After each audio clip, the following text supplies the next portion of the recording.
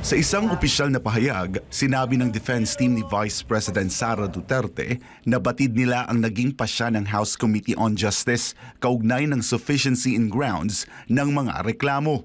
Gayunman, binigyang diin ng kampo na ang naturang desisyon ay preliminary step lamang at hindi pa nangangahulugan ng anumang pagkakasala.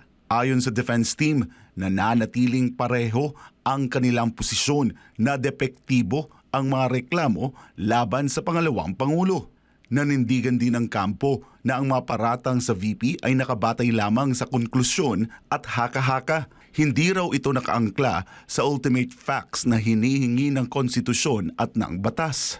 Iginiit din ng kampo na fishing expedition lamang ang mapagdinig sa Kamara para hanapan ng butas ang bise at idagdag sa impeachment case.